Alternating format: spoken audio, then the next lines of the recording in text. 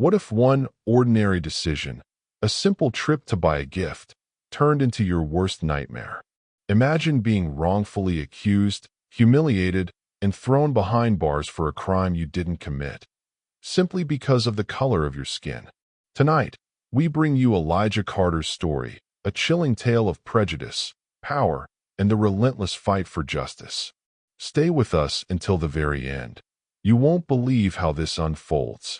Tell us in the comments where you're watching from, and if you like this story, subscribe to Inspiring Stories Told for more powerful narratives. The air outside was crisp, the city bustling with life as Elijah Carter stepped off the subway, adjusting his jacket against the autumn chill. Today was important, more important than anything else he had planned this year. His mother's birthday was coming up, and he had spent months saving every dollar he could from his after-school job at a local bookstore. Every tip, every paycheck, every extra shift had gone into one goal: buying her the perfect gift. A gold necklace, elegant, timeless, something that would sit against her collarbone like a symbol of everything she had sacrificed for him. She had raised him alone, working 2 jobs, never complaining, always putting him first. He wanted to give her something beautiful, something that would remind her of how much she meant to him. Elijah had done his research. Hamilton and Royce Jewelers, one of the most prestigious jewelry stores in Manhattan, carried a delicate 18-karat gold necklace that he had seen online. It was exactly what he was looking for. Walking down the busy street, he felt a bubbling excitement in his chest. He could already imagine her reaction, the warmth in her eyes, the way she'd press a hand to her heart and whisper, "You didn't have to, baby." But he had to. She deserved it. As he reached the store, he hesitated for just a moment, standing outside the towering glass windows. The store was pristine, bathed in golden light, with shimmering displays of jewelry that seemed to sparkle under the carefully positioned lights. Inside, well-dressed customers browsed with ease, sipping complimentary champagne as sales associates glided from case to case, eager to assist them. Elijah swallowed, adjusting his posture, reminding himself that he belonged here, too. He had the money. He was a paying customer, just like anyone else. Taking a deep breath, he stepped inside. The moment he entered, the atmosphere shifted ever so slightly. No one greeted him, not one of the sales associates, all of whom had warm smiles and eager voices for the white customers, bothered to acknowledge his presence. A blonde woman in a navy blue dress welcomed an older couple, her voice dripping with enthusiasm as she guided them toward the diamond earrings. A tall man in a tailored suit chuckled at a joke made by another associate as he examined an expensive Rolex. But Elijah? Nothing. He cleared his throat, stepping toward the nearest display where a sleek gold necklace rested on a black velvet stand. His heart quickened. This was it. He glanced around, waiting for assistance. No one came. Minutes passed. The blonde woman made eye contact, hesitated, then quickly turned to help a white woman who had just entered. Elijah exhaled slowly, suppressing the irritation that began to coil in his chest. He refused to let this ruin the moment. This was a happy day. He wouldn't let their silence make him feel small. Finally, he turned toward the nearest sales associate, Victor Gaines, a tall, heavy-set man in his late 40s, dressed in a sharp black suit. His graying beard was neatly trimmed, but there was something cold in his eyes, something that made Elijah's stomach tighten. Still, he forced a polite smile. "Excuse me, sir," Elijah said, his voice even, respectful. "I'd like to see this necklace." Victor turned, giving him a once-over, his bored expression shifting into something sharp, something unpleasant. He didn't speak right away, just let his gaze sweep from Elijah's Air Force Ones up to his jeans and sweatshirt. His lip curled. "That one?" Victor asked, cocking an eyebrow. "Yes, sir." Victor chuckled dryly, shaking his head. "That's $1,200, kid." He leaned against the counter, arms folded. "You sure about that?" Elijah stiffened. His fingers twitched in his pocket, brushing against the thick stack of bills he had carefully saved up for this moment. He exhaled, forcing his irritation down. "I'm sure," he said, his voice firm but polite. Victor's smirk didn't waver. Instead of moving to retrieve the necklace, He tilted his head, eyes narrowing. "Where'd you get that kind of money?" he asked, his tone casual, but razor-sharp beneath the surface. Elijah's jaw tightened. "I work," he said simply. "I saved up." Victor hummed, a low sound of disbelief, but finally reached for the display case. Unbeknownst to Elijah, his other hand moved discreetly toward the security button beneath the counter. Just in case. As Victor unlocked the case, Elijah slipped his phone out of his pocket, opening the voice recording app discreetly. Something felt off. He had been in situations like this before, where people like Victor didn't believe him, didn't trust him. He knew better than to take chances. Victor lifted the necklace from the case, setting it onto the velvet tray in front of Elijah. "Be careful with it," he said dryly. "Wouldn't want any accidents." Elijah ignored the condescension, reaching forward carefully. He picked up the delicate chain, feeling its cool weight between his fingers. He turned it slightly, watching the way it shimmered under the light. It was perfect. And then it slipped. The gold chain tumbled through his fingers, hitting the glass counter with a light clink, then dropping to the marble floor below. The second it happened, the store went dead silent. A split second later, Victor gasped. "Thief!" he roared, his voice piercing the air like a gunshot. Elijah's heart stopped. Before he could react, before he could even breathe, Victor lunged forward, grabbing Elijah's wrist with iron-tight fingers. The grip was painful, unyielding. "What an O!" Elijah shouted, struggling against the brutal hold. "I knew it." Victor spat, twisting Elijah's arm behind his back so fast that a sharp pain shot up his shoulder. "You were trying to pocket it, weren't you? Thought you could just grab and run, huh?" The store erupted into murmurs. Customers stared, eyes wide, lips curled in judgment. A woman clutched her purse tighter. A man shook his head, muttering, "Typical." I didn't," Elijah stammered, his pulse pounding, his vision blurring from the sheer panic. Victor shoved him against the counter, his grip tightening painfully around Elijah's wrist. "I knew the second you walked in here what you were up to," Victor hissed into his ear. "You people are all the same."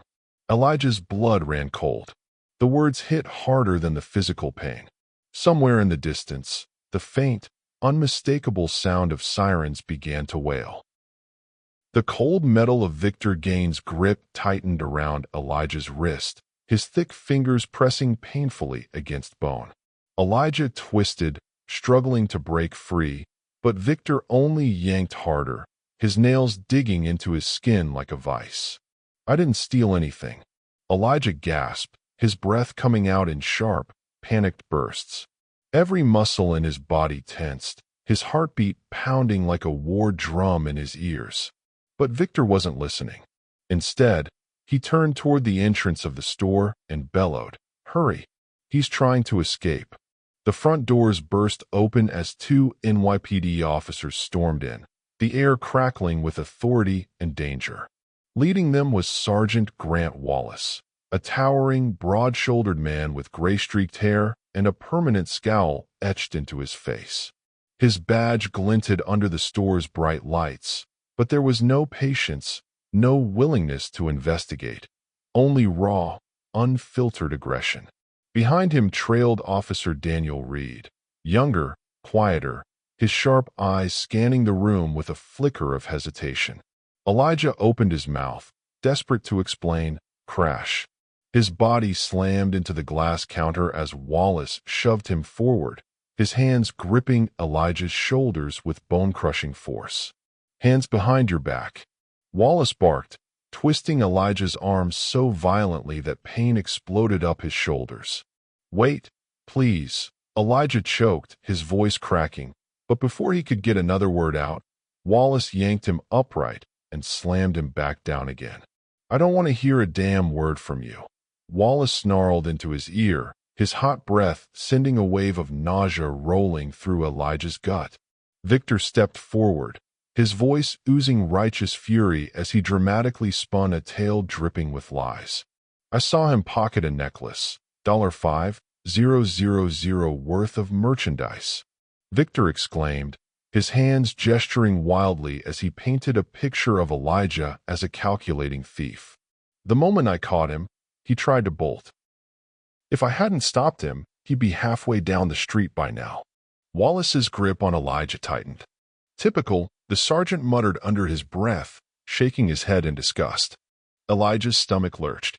"No, that's not true," he shouted, his voice raw with desperation and disbelief. He whipped his head around, searching the faces of the customers still standing frozen in the store. Their expressions were etched in silent judgment. A woman in pearls clutched her purse closer. An older man in a suit shook his head slowly, disappointment in his gaze. A teenager in designer clothes snapped a picture on his phone, whispering something under his breath. They believed Victor. Every single one of them. Elijah's chest burned, his breath coming in short, frantic gasps. "The security cameras," he pleaded, turning his gaze back to Wallace. "Check the footage. It'll show what really happened. I never stole anything. I just dropped the necklace." Wallace's lips curled into a smirk. He let out a short, mocking laugh. "Oh, I see how it is," he sneered. "You think you're one of the smart ones, huh?" Elijah stiffened. "You think if you talk real nice, real polite, we'll just let you walk out of here?" Wallace continued, his grip tightening around Elijah's arms. Elijah shook his head violently. "No, just save it," Wallace snapped. Officer Daniel Reed shifted uncomfortably. He cleared his throat, his brows knitting together as if something about this didn't sit right with him. "Sir," Reed interjected carefully. "Maybe we should at least—" Wallace shot him a sharp look. Reed immediately shut his mouth. Elijah saw it, the brief moment of doubt on Reed's face, the flicker of uncertainty in his eyes. But it didn't matter. Because he wasn't going to stop this. Because none of them ever did. Before Elijah could plead one more time, Wallace's rough hands gripped his arms and wrenched them downward. A metallic snap rang through the store as cold steel clamped around his wrists. Too tight. The sharp edge of the handcuffs dug into his skin, biting into flesh, cutting so deep that warm blood pooled beneath the metal. "Machach," Elijah cried out, his body jerking involuntarily at the pain. Wallace grinned. "Stop resisting, boy." Victor stood back, arms crossed, watching with satisfaction as Elijah was dragged through the store like an animal. Customers whispered among themselves, their voices thick with pity, amusement, or disgust. A flash went off. Someone was recording. "See," Victor said smugly, looking around the store. "You can't trust them." Elijah wanted to scream. He wanted to fight back, to make them see the truth. But his words were useless here. His voice meant nothing. The moment he had stepped into this store, he had already been guilty in their eyes. Wallace and Reed hauled him outside, the heavy doors of Hamilton and Royce swinging shut behind them. And then the sky opened up. The first cold raindrops hit Elijah's face as they dragged him across the sidewalk. Within seconds, the drizzle turned into a full downpour. His clothes clung to his body, soaked through as water dripped from his hair into his eyes. Pedestrians stopped and stared, their umbrellas shielding them from the storm as they watched him be shoved into the back of a police car like a common criminal. Wallace yanked the door open and threw him inside with such force that his shoulder slammed against the seat. The door slammed shut behind him. Elijah sat there, soaking wet, wrists throbbing, heart hammering, jaw clenched so tightly that his teeth ached. He stared out of the rain-streaked window, his breath fogging up the glass. And in that moment, as the police car pulled away from the curb, one single thought seared itself into his brain. No one is coming to help me. What would you do if you were in Elijah's shoes? Imagine being falsely accused, humiliated in front of strangers, and thrown into the back of a police car, all for simply existing in the wrong place at the wrong time. How does it feel knowing that the truth didn't matter because some people had already decided he was guilty? Do you think Officer Reed will step up and tell the truth, or will he remain silent? And most importantly, if Vanessa Carter, a fierce civil rights attorney, is Elijah's mother, what do you think is about to happen next? Let us know below. The police cruiser rumbled down the wet streets, its tires sloshing through the rain-soaked pavement as the city lights blurred outside the foggy window. Elijah sat still, frozen in disbelief, his soaked clothes clinging to his skin like a second layer of shame. His wrists throbbed beneath the too tight handcuffs, and the cold metal dug deeper into his flesh with every small movement. He tried to steady his breathing, but it was useless. His mind replayed the last 30 minutes in a loop: Victor's smirk, Wallace's sneer, the weight of judgment in every single pair of eyes watching him. No one had spoken up for him. No one had even hesitated. He clenched his fists, his nails pressing into his palms. This was real. He was really going to jail.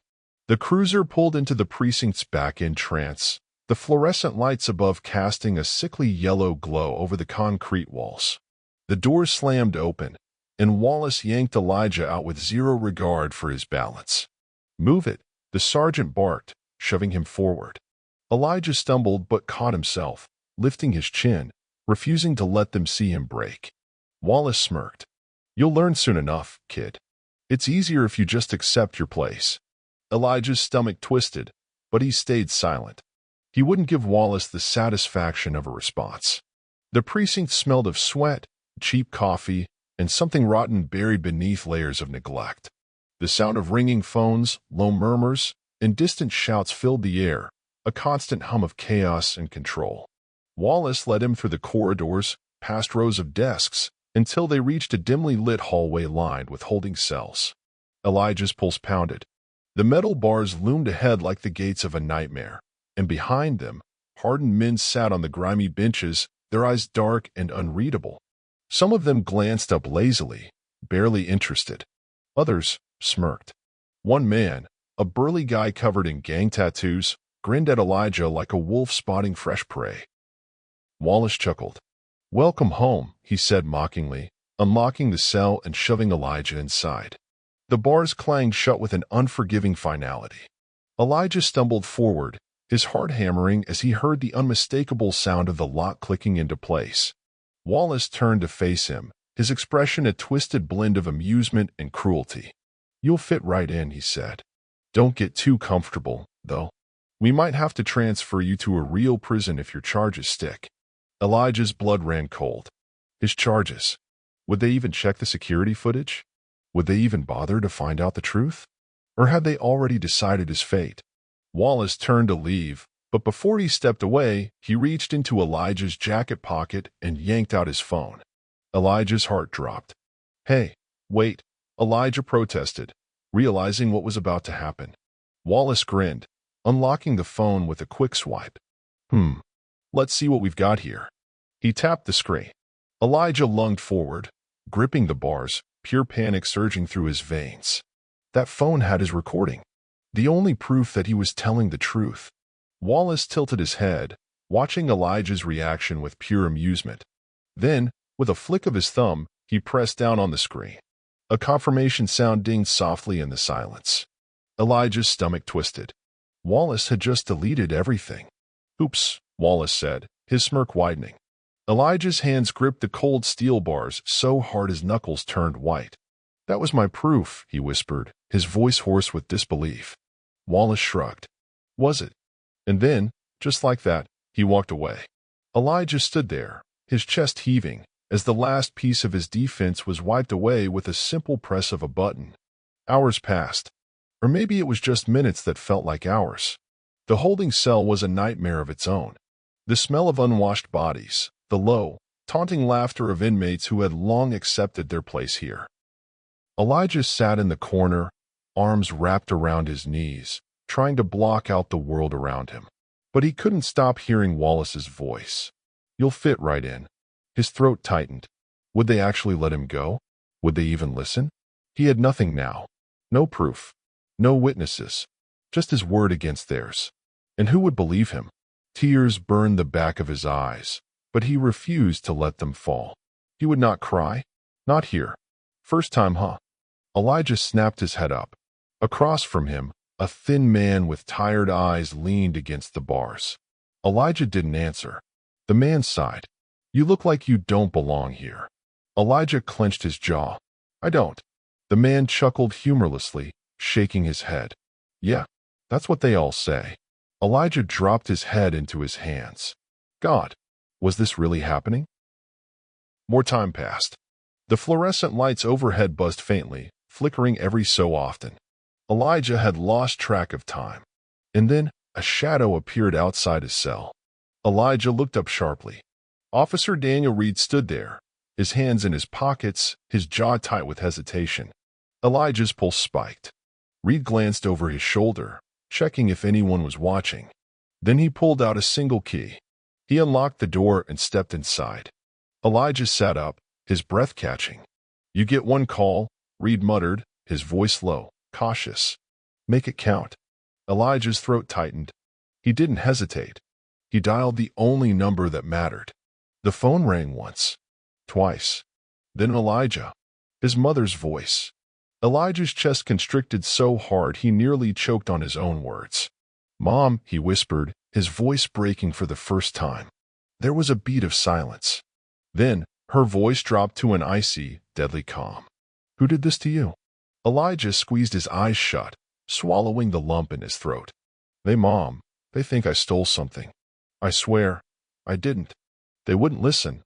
I know. Baby," she interrupted, her voice like sharpened steel. "I know." Another beat. Then, just 2 words, spoken with absolute certainty. "I'm coming." The air inside the precinct was thick with tension, the fluorescent lights buzzing faintly overhead, casting a sterile glow over the dull gray walls. Officers moved about, some filling out reports, others chatting over cups of lukewarm coffee, but none of them were prepared for what was about to happen.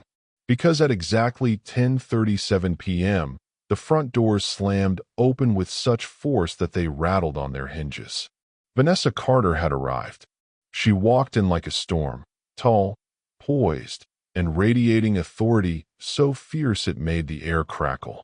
Her navy blue power suit was sharp. Her heels clicked against the tiled floor with a rhythm that echoed through the station, and the expression on her face was one that demanded obedience. But she wasn't alone. Flanking her were 2 seasoned attorneys from her law firm, both stone-faced and ready for war. Behind them trailed a paralegal gripping a thick folder of legal documents, and just a few steps behind, a young journalist from the New York Post, notebook and recorder in hand, eyes already scanning the room for her next explosive headline. The room fell dead silent. Every officer within eyesight froze, some exchanging uneasy glances, others quickly straightening their postures. But Vanessa wasn't here for them. Her sharp brown eyes scanned the room, locking onto the front desk where Sergeant Grant Wallace stood, arms folded, an arrogant smirk tugging at his lips. She strode straight toward him. "Where is my son?" she demanded, her voice as cold as steel, yet crackling with restrained fury. Wallace didn't flinch. If anything, his smirk widened, as if he had been expecting this. "This ain't a courtroom, lady," he sneered, leaning against the desk, radiating pure, smug confidence. "And last I checked, we don't take orders from overpaid attorneys who think they run the world." The room tensed. The journalist tilted her head slightly, already jotting something down. Vanessa's lips pressed into a thin, razor-sharp line. Then, with deliberate precision, she reached into her blazer, pulled out a sleek leather case, and with one swift motion, she slammed her gold-plated attorney badge onto the desk. The sound rang through the precinct like a gavel hitting a judge's bench. Every eye in the room snapped toward her. Vanessa didn't blink. "You're looking at one of the top civil rights attorneys in this city, and as of this moment, I am officially filing a civil lawsuit against this department for wrongful arrest, unlawful detainment, police misconduct, and excessive force." Wallace's smirk faltered. But Vanessa wasn't done. Her voice rose, sharp and commanding, cutting through the room like a blade. "And before you open that useless mouth of yours again, Sergeant," she said, her words dripping with venom, "I want every single second of security footage from Hamilton and Royce Jewelers pulled up immediately." Wallace's jaw tightened. "I don't need to show you a damn thing," he scoffed. Vanessa leaned in slightly, her gaze burning straight into him. "Then you better hope that video backs up whatever false report you filed," she whispered, low, dangerous. Wallace's smirk vanished completely. The room was silent. "Then get the footage." The order came from behind them. Everyone turned to see Captain James Whitmore, the precinct's commanding officer, standing near the hallway entrance, arms crossed, his expression unreadable. Wallace hesitated. "Sir, now." A heavy pause. Then, with a tight jaw and barely concealed anger, Wallace nodded to a nearby officer, who scurried toward the security room. Vanessa stepped back, her face unreadable, but her victory was already secured. They were about to see the truth. Minutes passed. Inside the small, crowded security room, the screen flickered to life. And there it was. The truth. Crystal clear. On the grainy black and white footage, Elijah was seen entering the store, politely asking to see the necklace, showing his money, handling it carefully. Until it slipped. Victor Gaines' sudden outburst. His exaggerated reaction. Elijah's shock and confusion. Then Wallace arriving, grabbing him without hesitation, without question, without justice. The video ended. Silence hung in the air. Vanessa turned toward Wallace. "I expect an immediate release," she said, her voice cool but firm. Wallace said nothing. Captain Whitmore gave a tight nod. "Get him out of that damn cell." The holding cell doors creaked open, and for the first time in hours, Elijah Carter was free. He stood slowly, his body aching, his wrists raw and bruised from the too tight cuffs. His head throbbed, exhaustion weighing down on him like a ton of bricks. But the moment he stepped forward, warm arms wrapped around him. His mother. The scent of vanilla and faint traces of coffee from long hours at her office filled his senses as she held him close. One hand cradling the back of his head, the other gripping his shoulder like she'd never let him go. Elijah's entire body shook. She didn't say anything. She just held him. And for the first time since this nightmare started, he let himself break. The fight, the humiliation, the pain, all of it crashed over him in a suffocating wave.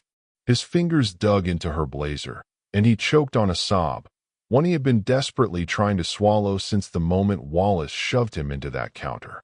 Vanessa just held him tighter. Her voice, low and steady, finally reached his ears. "We're not done," she whispered. Elijah swallowed, his throat raw. His mother pulled back, just slightly, enough to look him in the eyes. Not by a long shot. And in her eyes, he saw something unshakable. A promise. Justice was coming. And this time, it was on their terms. The ride home was silent.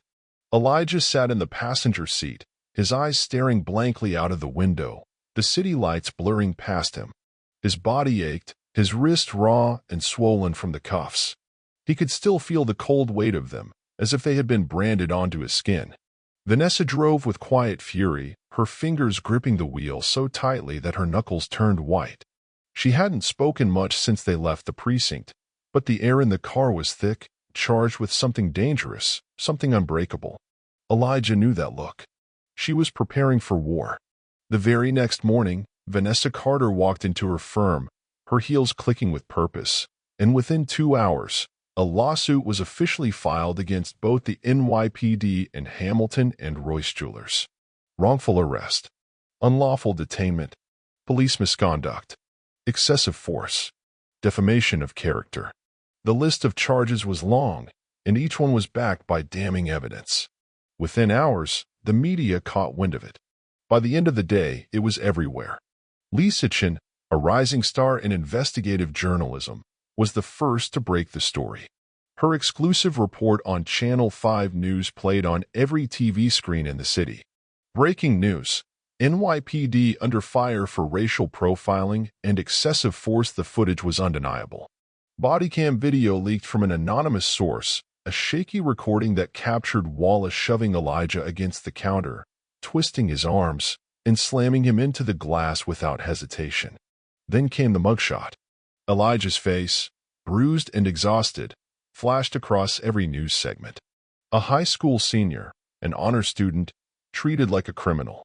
Lisa's voice rang with righteous fury as she narrated the events. 17-year-old Elijah Carter entered Hamilton and Royce Jewelers to buy his mother a birthday gift. Instead, he was wrongfully accused, brutally arrested, and humiliated in front of an entire store of onlookers. The NYPD officers involved ignored protocol, disregarded security footage, and immediately escalated the situation based solely on bias. This is what racial profiling looks like in America. The public outrage was immediate. Hashtag Justice for Elijah trended on social media within hours. Politicians made statements. Celebrities shared the footage. Protesters gathered outside the precinct, chanting, "No justice, no peace." Elijah watched it all unfold from his living room, his hands gripping the couch, his stomach twisting. It was surreal. He had spent his entire life trying to be the kind of person who wouldn't end up on the news for the wrong reasons. And yet, here he was. His name, his face, plastered everywhere. It wasn't fair. But maybe this time, people would actually listen. The next day, a knock at the door changed everything. Vanessa opened it to find a nervous-looking young man in a police uniform. Officer Daniel Reed. Elijah, sitting on the couch, tensed immediately. Vanessa didn't move. She crossed her arms, her expression unreadable. "You have 5 seconds to explain why you're standing on my doorstep," she said coldly. Reed swallowed hard. I need to talk to you. Both of you." Elijah stood slowly, his heart pounding. "I was there that night," Reed continued, his voice tight with guilt. "I saw everything. And he hesitated, exhaling sharply. "I should have stopped it." Vanessa's eyes narrowed. "And yet, you didn't," she said. Reed flinched. "I know." I froze. But I can't keep quiet anymore. I want to testify." Elijah's breath caught. Vanessa studied Reed for a long, heavy moment. Then, finally, she stepped aside. "Come in," she said. Across the city, another downfall was unfolding. At Hamilton and Royce Jewelers, Victor Gaines sat behind his desk, his jaw clenched, his hand gripping a copy of the New York Post, which had his name plastered all over it. Luxury jeweler fires store manager amid racial profiling scandal. The store's reputation was crumbling. Stockholders were demanding action, and corporate had only one choice: fire Victor Gaines. Effective immediately. The decision was swift. A statement was released, apologizing for the unfortunate misunderstanding. But Victor? He refused to apologize. When reporters swarmed his apartment, he doubled down. "That kid was up to something," he spat. "He looked suspicious. And I don't regret a damn thing." The footage didn't matter to him. The truth didn't matter to him. Because he had already decided who Elijah was before he even spoke. And that was the problem. 3 weeks later, the case went to trial. The courtroom was packed. Vanessa Carter stood at the front, flawless in her navy blue suit, her hands resting on the table, her presence a force of nature. Across from her sat Sergeant Grant Wallace, his lawyer whispering in his ear, his face a mask of irritation. Victor Gaines wasn't present. Hamilton and Royce settled out of court, hoping to make the PR disaster go away. But the NYPD? They had decided to fight. And Vanessa? She was ready to destroy them. At the judge's bench, Judge Anita Reynolds adjusted her glasses, her expression neutral but sharp. She looked at Vanessa, then at Wallace, then at Elijah, sitting beside his mother, his fingers clenched together. Then she spoke. "This court is now in session." The courtroom was packed, the air thick with tension as journalists, activists, and spectators filled every available seat. Cameras from major news networks lined the back wall, their red recording lights blinking ominously, capturing every second of the case that had ignited a firestorm across the country. At the plaintiff's table, Vanessa Carter sat poised, her hands clasped in front of her, her expression unreadable but brimming with silent fury. Next to her, Elijah sat stiffly, his fingers twisting together beneath the table, his heart hammering in his chest. Across the room, Sergeant Grant Wallace slouched in his seat, his face twisted in irritation, his lawyer whispering hurriedly in his ear. And at the center of it all, Judge Anita Reynolds sat behind her towering bench, her sharp gaze sweeping over the room as she tapped her gavel twice.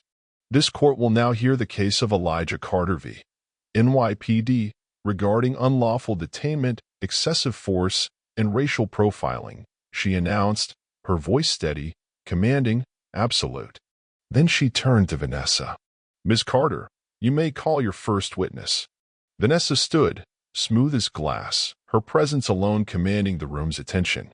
The plaintiff calls Elijah Carter to the stand. Elijah swallowed hard, his throat dry as sandpaper as he stood and made his way toward the witness stand. His legs felt like lead. This was it. The moment where he had to relive everything. Elijah settled into the chair, his palms slick with sweat as the bailiff swore him in. Vanessa approached him slowly, her expression softening just slightly as she met his eyes. "Elijah," she said gently, "let's start from the beginning." Elijah inhaled deeply, steadying himself. "I was at Hamilton and Royce Jewelers that night to buy a necklace for my mom's birthday," he said. His voice was strong, but his hands clenched the armrest tightly. "I worked for months to save up for it. It was supposed to be a special night." He hesitated, his breath hitching as the memories rushed back in waves. "But as soon as I walked in, I could feel it. The looks, the way they ignored me, while greeting every white customer with a smile. I tried to ignore it." He exhaled sharply. "Then I asked to see the necklace. I showed my money. I proved I could afford it. But that wasn't enough. Victor Gaines still didn't believe me." The jury watched intently, some of them leaning forward, others exchanging glances. Vanessa nodded, giving him a moment to gather himself. "And what happened when you tried to handle the necklace?" Elijah's jaw tightened. "I dropped it." Silence. The courtroom hung onto his every word. Elijah's hands curled into fists in his lap. "It slipped. That's all. But Victor acted like I had just pulled a gun. He screamed, accused me of trying to steal. And before I knew it, the police were there." His eyes darkened as he turned to Wallace. "They didn't even ask me what happened. Wallace just grabbed me, slammed me into the counter, put me in cuffs before I could explain." A sharp murmur rippled through the audience. Elijah swallowed hard. "I begged them to check the security footage. I begged. But Wallace laughed in my face." Vanessa took a slow step closer. "What did he say to you, Elijah?" Elijah hesitated, his throat tightening. "Stop resisting, boy." The words sent a shiver through the room. Judge Reynolds' gaze hardened. In the jury box, a middle-aged woman pressed her lips together, shaking her head. Vanessa gave Elijah a reassuring nod, then turned. No further questions. As Elijah stepped down, his heart pounded violently against his ribs, but he didn't look away from Wallace. And for the first time, Wallace wouldn't meet his gaze. Wallace took the stand next, his posture lazy, arrogant, as if this was just another inconvenience in his day. Vanessa approached slowly, her heels clicking like a drumbeat of war against the marble floor. "Sergeant Wallace," she said smoothly, "would you consider yourself an experienced officer?" Wallace scoffed. 15 years in the force, ma'am." Vanessa nodded. "Then I'm sure you're familiar with standard arrest procedures?" "Of course." She arched a brow. "So then, tell me, Sergeant, at what point during Elijah's arrest did you check the security footage?" Wallace visibly tensed. He shifted in his seat. I didn't need to. The store manager identified him as a suspect." "So, you took his word for it?" Wallace's jaw clenched. "Yes." Vanessa turned, her voice ringing through the courtroom. "So tell me, Sergeant Wallace, when did being black become probable cause?" The courtroom erupted. Gasps. Murmurs. A few raised voices. Judge Reynolds slammed her gavel. "Order. Order in the court." Wallace's face flushed red, but Vanessa wasn't done. She turned to the bailiff. "Play the security footage." The screen flickered to life. And there it was. Everything. Elijah walking in, smiling. Elijah asking politely to see the necklace. Elijah showing his money. Elijah accidentally dropping the necklace. Victor's exaggerated reaction. And then Wallace arriving, yanking Elijah like he was an animal, slamming him into the counter, ignoring every plea. By the time the footage ended, the jury looked horrified. Wallace's lawyer buried his face in his hands. Vanessa turned back to Wallace, her voice a quiet, lethal whisper. "You saw that footage, Sergeant Wallace. Tell me, do you still think Elijah Carter was a threat?" Wallace said nothing. Answer the question. Wallace's fists clenched. No, Vanessa leaned forward. Then why did you treat him like one? The silence was deafening. Wallace's mouth opened, then shut.